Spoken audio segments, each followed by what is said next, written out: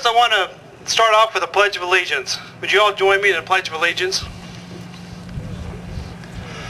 I pledge allegiance to the flag of the United States of America and to the republic for which it stands, one nation, under God, indivisible, with liberty and justice for all.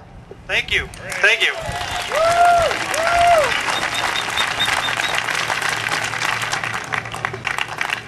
And I picked up a partial list of some of the taxes that we have to pay, in case anyone out there thinks that we don't pay enough taxes. But even if some of these taxes you don't pay, the people that do pay them pass them on to you as consumers, so you do pay them.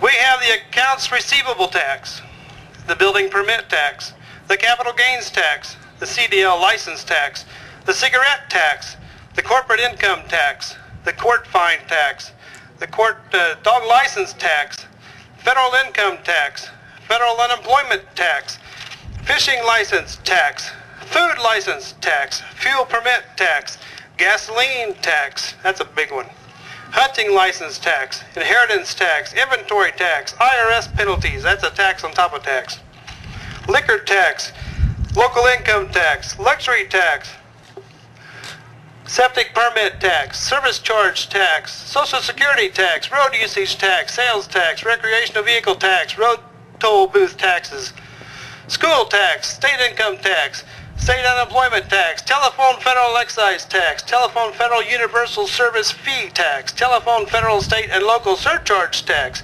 telephone minimum usage surcharge tax, telephone recurring and non-recurring charges tax, telephone state and local tax, telephone use surcharge tax, toll bridge tax, toll tunnel tax, traffic fines, that's an indirect tax, trailer registration tax, utility taxes, vehicle license registration tax, vehicle sales tax, watercraft registration tax, well permit tax, workers' compensation tax, and that's just a partial list. Now, I'm not here to advocate not paying your taxes. We all have our responsibilities. But what I'm here to say is we are taxed enough already. We are teed off, and we say enough is enough.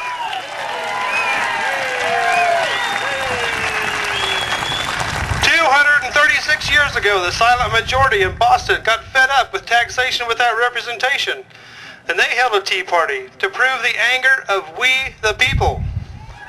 And today, we the people are mad, and we want our country back. The time for talk is over. The Second American Revolution has just begun. So why are we here today? We are here today because our president signed a spending bill that Congress passed that was laden with thousands of earmarks costing billions of dollars. This bill was nothing more than a political payoff disguised as a stimulus bill.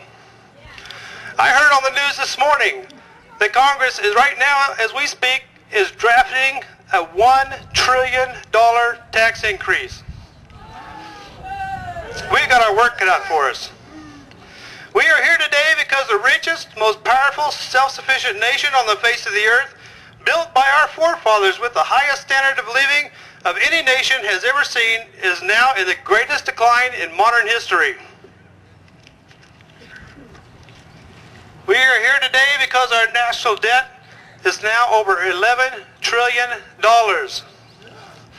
Guess what? They don't have $11 trillion, and neither do you. We're here today to say no to big government and no to more entitlement programs, and yes to personal responsibility and freedom. We are here today because you and I don't believe that Congress and the President are really going to fix the problems that they created. We are here today because the same big government that can't run a railroad, secure our borders, now wants to control even more of our lives because they think they know what's best for us. I don't think so. We want smaller government and more free enterprise. We are here today because the same government that bankrupted Social Security, Medicare, Medicaid, and every other entitlement program now wants to run the healthcare system. me tell you something. If you think health care is expensive now, just wait till it's free. We are here today because government is mortgaging the future of our children and grandchildren, and we want them to stop now. We are going to fight for the prosperity of our nation, demanding that our non-representing representatives in Congress restore common sense to the national debate. Why are we here today? Because Congress has become a special class of people, and we think that they should be treated just like the rest of us.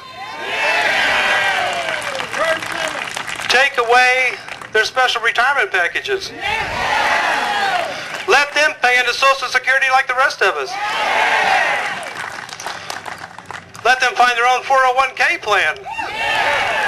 Maybe then they would care how they performed. Our democracy has deteriorated to a government of the government, by the government, and for the government.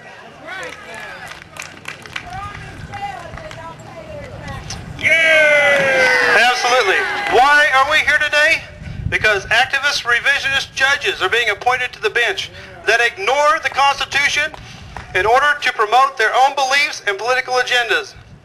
We want judges who will uphold and protect the Constitution as they are sworn to do.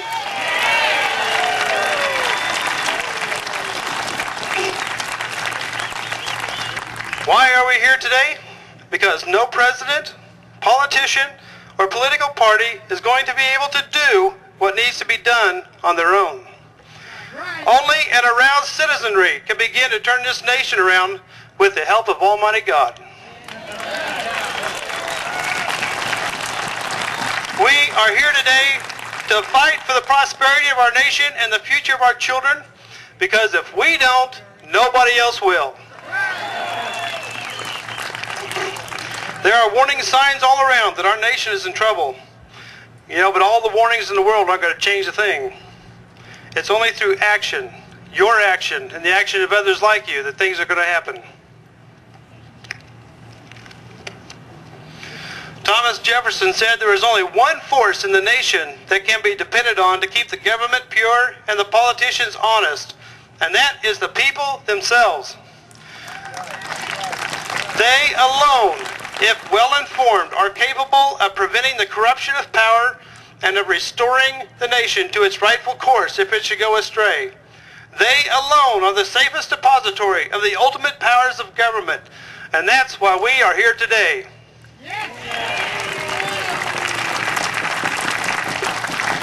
Our nation is losing its moral compass. We are forgetting things like kindness, compassion, sacrifice, responsibility, faith. Do unto others as you'd have them do unto you. We need to get back to our heritage, back to our roots, and one nation under God.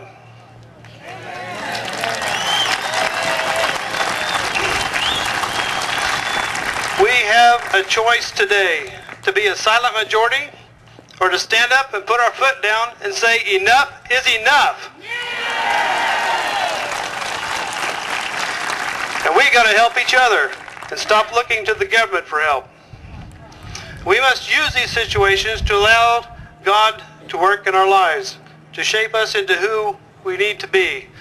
Then and only then will we realize our full potential as an individual and as a nation.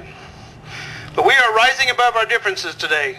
We are marching not as Republicans, Democrats, black or white, right wing or left wing. We are marching as Americans. Finally, united to send a new shot heard around the world.